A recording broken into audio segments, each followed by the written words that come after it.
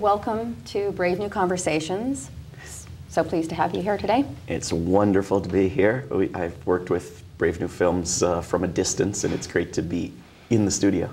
Right, excellent. Well, I know so many of us are familiar with your work from afterdowningstreet.org and also your work with Representative Dennis Kucinich as his press secretary and also Democratscom. Would you like to speak briefly to that work that you've done? Well, I used to work for the now infamous community group Acorn, and I left that work after some enjoyable but rough years there to work for Congressman Kucinich. That was just for his presidential campaign in 2004, and we lost. I don't know if you heard, but that was a wonderful experience, and I continue to consider him a friend and an ally, and almost always dramatically better than the other 434 members of Congress on most things, and not because his constituents are any different, but because he chooses to take a different approach, and some others do that sometimes too. But Democratscom is a terrific organization. It's not the party. It's a independent organization that I serve as the Washington director for, and that involves organizing and blogging and activism and coalition work with groups like Brave New Films, and whenever there's a wonderful new video about Afghanistan, we put that at Democrats.com, or fact sheets about Afghanistan, we put those there, and it's a wonderful, wonderful place to work where I get to work on what I think is most important and work around the clock because I'm a workaholic, and work from home so I don't have to commute even in normal traffic, much less Los Angeles. Right. Well, I would like to talk about your new book, Daybreak, Undoing the Imperial Presidency and Forming a More Perfect Union. Now, what was the inspiration going from the work that you've done on the ground as an activist and also on the web to writing this book? Well, I had been doing work with Democrats.com and Progressive Democrats of America and United for Peace and Justice and Code Pink and Backbone Campaign and Voters for Peace and all the dozens of groups I'm leaving out on mostly on the peace movement, mostly on trying to end these wars and shift from this militarism to, jobs and infrastructure and healthcare and schools. And working in particular on accountability and exposing abuses and shifts in power and crimes and outright open felonies by high officials. And so we were pushing to expose pieces of evidence and to hold people accountable in a variety of ways through Congress, through the courts, and generally on these issues and on almost every other issue, running against this situation where the majority of the American public want one thing, and our government in Washington almost always does something radically different. And yet we're supposed to be a representative republic. We're bombing other nations into democracy and so forth. And so I got an opportunity to take a month off and answer no emails and turn off the telephone and not answer the door and draft a book. And so it was sort of a break from activism, looking at, well, what's happening in Washington? How did it used to be? Is it worse now? How could we be more strategically engaged as citizens to change things? And in the long run, ideally, what do we want to change it into? And so part of the book is an analysis of things gone wrong through history, and in particular in the past 8 or 9 years. And a lot of it is, well, what do we got to do about it? And what has been your reception to particularly the segment of the book that you dedicate to Bush-Cheney, the administration accountability? Have you encountered the Bush fatigue, like, they're out of there, we don't want to deal with them anymore? Or do you feel like there is a strong public support for accountability still? Well, there is. In what polling there's strong public support, and certainly the people who show up at my events want to put Bush and Cheney in prison. Congressman Alan Grayson sent around an email that said, Dick Cheney's still on the loose. Dick Cheney's not behind bars, send me money. And he's great. No, he's fantastic. People sent him over $500,000 in a day. But do you know what he was going to do to hold Dick Cheney accountable? What's that? Go on television and call him a vampire. Which, if you will forgive me, has no teeth to it. Right. I love Congress members who say better stuff than the Congress members who say worse stuff. But then what will come of that, actually? in practical purposes? Well, it's helpful for a congressman, and Congressman Grayson does do things, at least on other issues. I hope he does some things on that issue. But for a congressman who doesn't speak from cowardice and fear and try to be a Republican rather than try to excite people who aren't voting at all, it's a wonderful lesson, just like the lesson of Kucinich's electoral wins time after time. The Republicans are afraid to run someone against Congressman Grayson. Now, he's got a lot of money too, but what's key is that he's got all this support by speaking truth to power and speaking honestly. And in a creative sense, really. Right, and so he's tapping in to a huge desire in that instance to put Dick Cheney behind bars. Whether he'll do anything about it, it remains to be seen. But the public will and passion for it is tremendous. And speaking of Congressman Grayson, let's speak to the Congress in general, because also in your book, Daybreak, you seem to downplay this, this obsession to constantly be hammering at the president as the person we have to write to for all of our problems and hoping for change. And you seem to be pressing for us to go to our congresspeople and, yes, and have that sort of route. Will you speak to that? We could put a crown on a president's head, make their children heirs to the throne, and we wouldn't obsess over the crevices of their inner soul anymore. We wouldn't drain any more of our energy on that.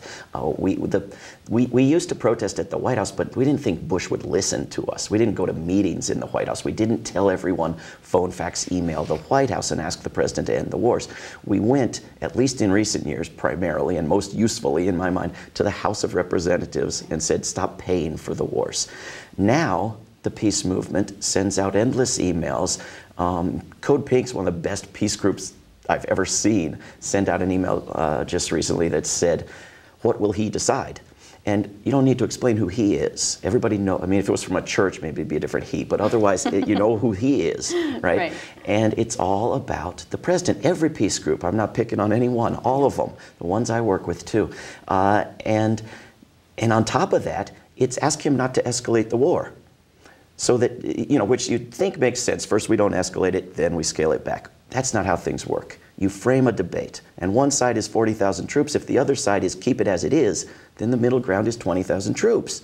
I want to end the war. And if you're trying to persuade people with an explanation of what Afghanistan is about and get them to rethink it, then you have to have an argument that makes sense. And keeping the same level and not shrinking it or expanding it doesn't make any sense to anybody. So I think strategically, we have to, not journalists, not pundits, not filmmakers, but citizens who have limited time, have to focus on the House of Representatives. It's very, very hard to influence a president. It's very, very hard to influence a senator. And if you want to cut off money, you cut it off in the House. So to have these bills that say we want an exit plan, we won't fund an escalation, we'll have a tax on the war expenses and so on, these are all to send messages. And it's great to send those messages and move the debate that way.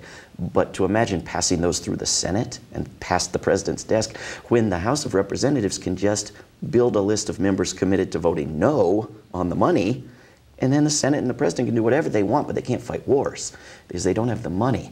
That's a serious approach. That's the top demand that's missing. And then the other demands that are steps in that direction are good as well.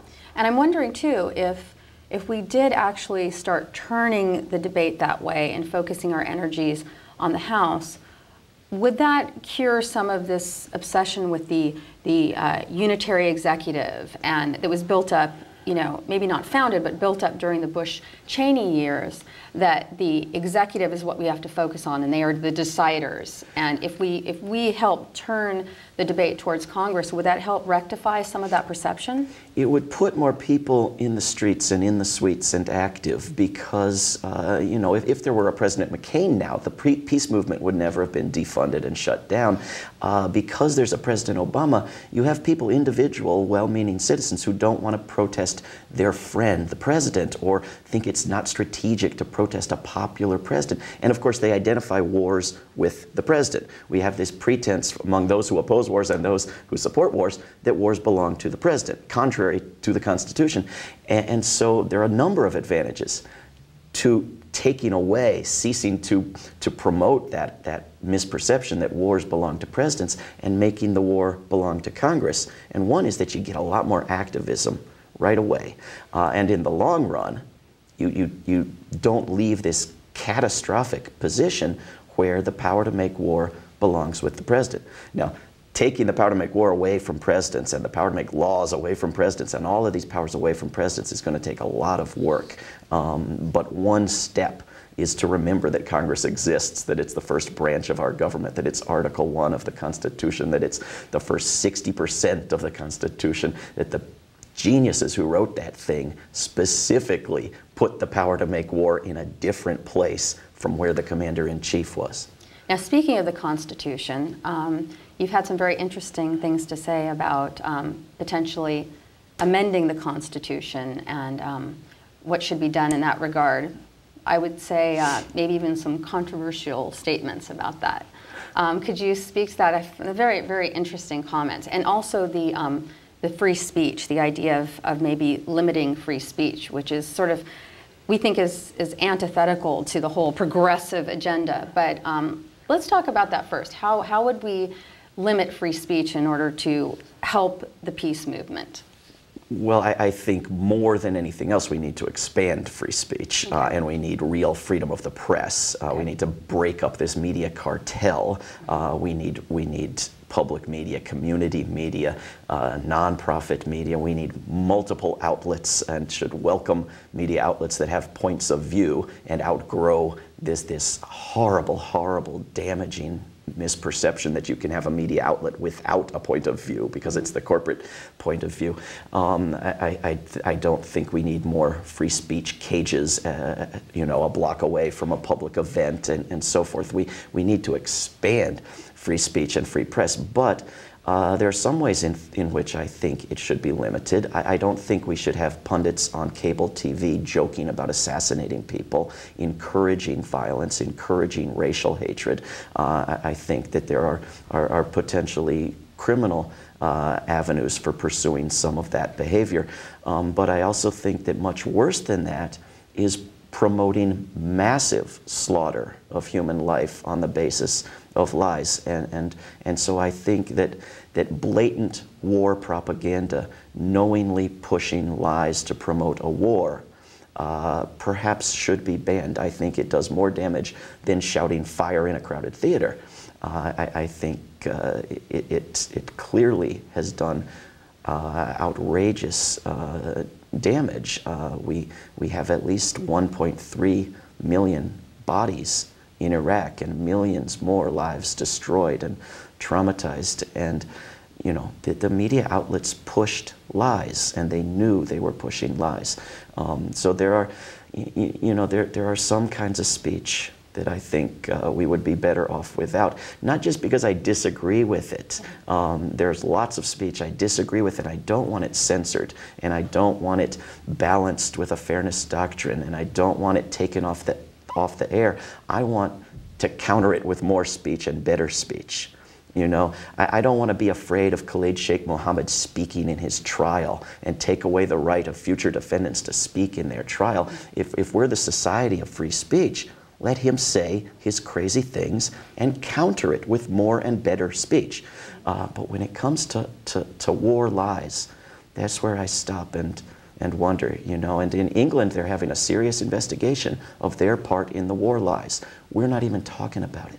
Right. I really appreciated that you referenced Vincent Bugliosi, who I had the honor to interview, and his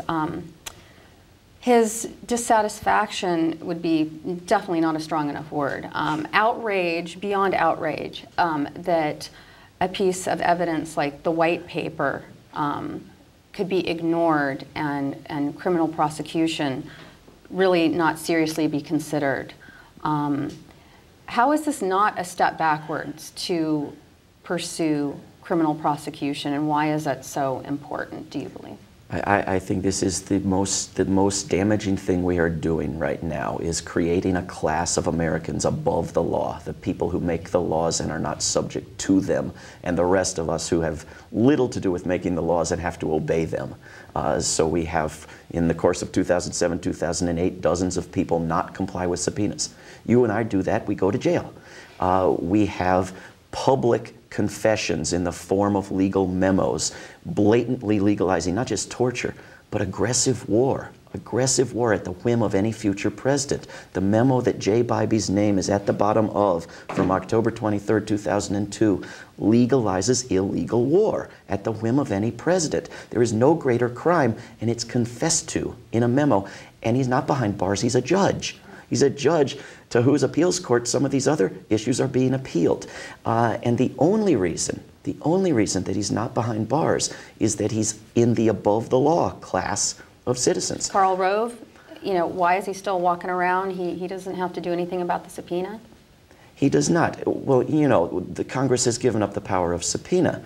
They issued dozens of subpoenas that were simply laughed at. They did not enforce them. No one knows that any congressional committee has the power to enforce its own subpoenas with the Capitol Police Force, as was done up till 75 years ago.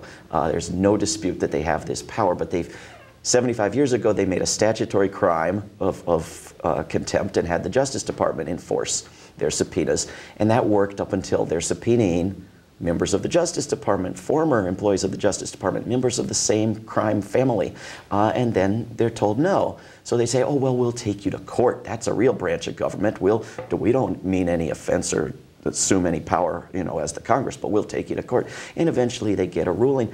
But with the exception of Karl Rove, who testified not in public, not on camera, not under oath, and approved topics and so on, nobody else, to my knowledge, has complied with any of those subpoenas, and not a single one has been reissued. And in April of this year, these memos come out purporting to legalize torture with Jay Bybee's name at the bottom, and all the human rights groups that fled from impeaching Bush and Cheney just wanted to see every bit of damage done that could be done, and then started talking about prosecuting some people, which I applaud. And the corporate newspapers who cheered for everything. In April, the New York Times said, impeach Jay Bybee. All of these groups said, impeach Jay Bybee. The newspaper where he sits in court in Utah said, impeach Jay Bybee. Just widespread, no hesitation, no preliminary investigation, just there's nothing more obvious, impeach him. And Senator Leahy said to Mr. Bybee, would you mind coming in and talking to the United States Senate? If you got the time. If it's not a trouble, I know you're in the West Coast, but you might have heard of us. We're down the street from the White House. And Jay Bybee told Senator Leahy to go Cheney himself. And, you know, I got to go golfing that day. And that was that. They have not subpoenaed a single person in the year 2009 because the Justice Department won't enforce them any more than the previous Justice Department. The Congress won't do anything that the President, the man who was supposed to execute the will of Congress, doesn't instruct them to do. So the power of subpoena is gone. The power of impeachment, incidentally, is gone too. We impeached a judge for groping female employees this year, right? Because you'll recall the Constitution says, the President, Vice President, any civil officer of the United States shall be removed from office on impeachment for and conviction of treason, bribery, or other high crimes and misdemeanors if it involves sex and it's a Democrat, right?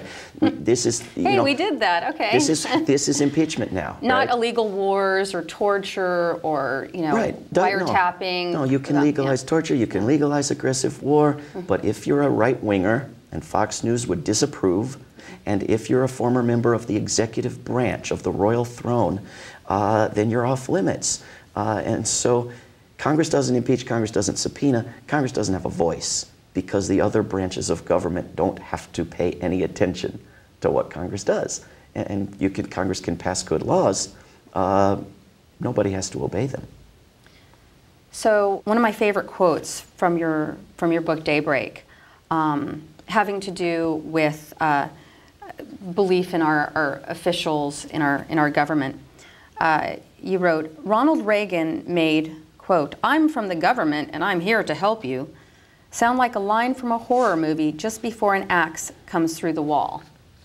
He did indeed, which has led to, contributed to the rise of this libertarian idea that, you know, government is bad, non-government is good, even in cases like, you know, Medicare wasting 3% and the sickness industry, as I call it, wasting 30%. You know, if it's not government, it's okay. I don't want to pay for someone else's health care through the government, but I'm happy to pay for multi-million-dollar executive salaries and advertising and waste and 10 times the bureaucracy, as long as it's not in the government.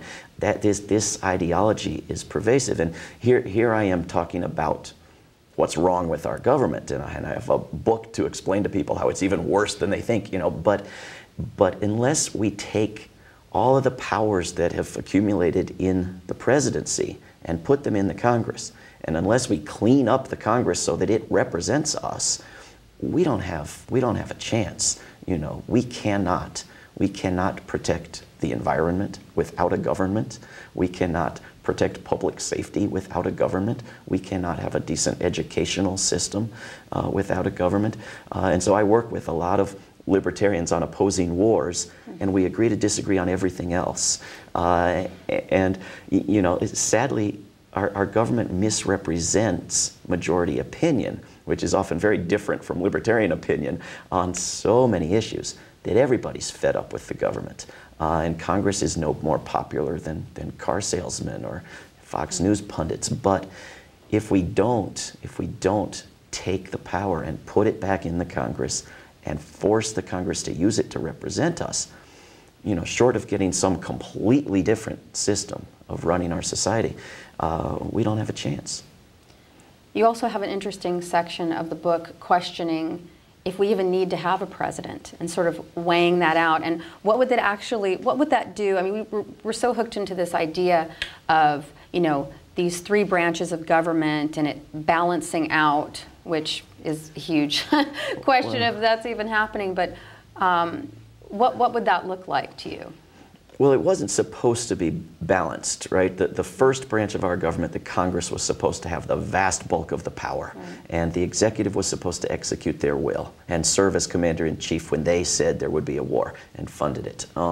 And we are so far away from that for a Congress member to suggest that Congress might even be equal to the president is just outrageous extremism. The writings of Madison, Mason, all of these founders that a lot of those on the conservative, on the right side, like to sort of invoke, right, and how much fear they had of the imperial presidency, correct? Oh, they were horrified of elected despotism, of electing a king and then another king and then another king. And, you know, we always think that the solution to any president is to wait 4 years and elect, you know, someone different, the better of the two lousy choices we'll get in that election, and that'll solve everything. That was not what they wanted.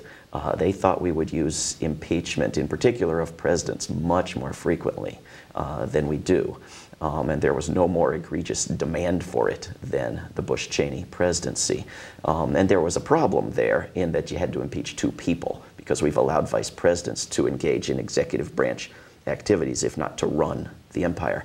And so, you know, I would certainly get rid of the vice president as someone engaged in running the government and have him or her in reserve. But, you know, I wouldn't get rid of the president either. But I would encourage people to think about getting rid of the president and what it would mean to think of Congress as running the country. I would get rid of the Senate. That's another conversation. But the legislature, in whatever form, is a better way to represent us and to make laws. And I wouldn't want a president to be able to do the things that people imagined President Obama would do for them. I wouldn't want it. Another president could undo it. You know, when President Obama has said with Bush's signing statements that rewrite laws, well, my lawyers will look at those if any come up and we'll decide if I want to throw one of those out or not. And President Obama writes his own new law altering signing statements. And then the next president presumably will pick which of Bush and Obama's signing statements to keep and which ones to throw out. And so you have each president deciding what's the law from here on forward. You know, I'm not going to like every future president, you know, but I'm going to have to worship every future president if we're going to leave those kind of powers there. for them. And so, you know, going back to having Congress make the laws, Congress approve the treaties, Congress approve the appointments, people who have been approved as appointed heads running the government, Congress raising and spending every dime, and our government operating in the open without these vast secret budgets and secret agencies. And then you would still need a president. You would still need someone to check abuses by the Congress. Mm-hmm. Congress isn't going to be angels either. And this was the genius of having checks between branches. The president should be there with the power of veto. Mm-hmm. The president should be there able to draft treaties and make appointments and so forth. You need that separation of powers. But the president was supposed to be the weaker branch and is now all-encompassing. Mm-hmm. Well, I want to reference your book once again, Daybreak, Undoing the Imperial Presidency and Forming a More Perfect Union. It's really been a pleasure spending this time with you, and I also want to remind folks that they can go to davidswanson.org, correct, to Thank find you. out, a little plug there, to find out more about your terrific book and also appearances and other writings of yours, and thanks so much. My pleasure. Thank you. Okay.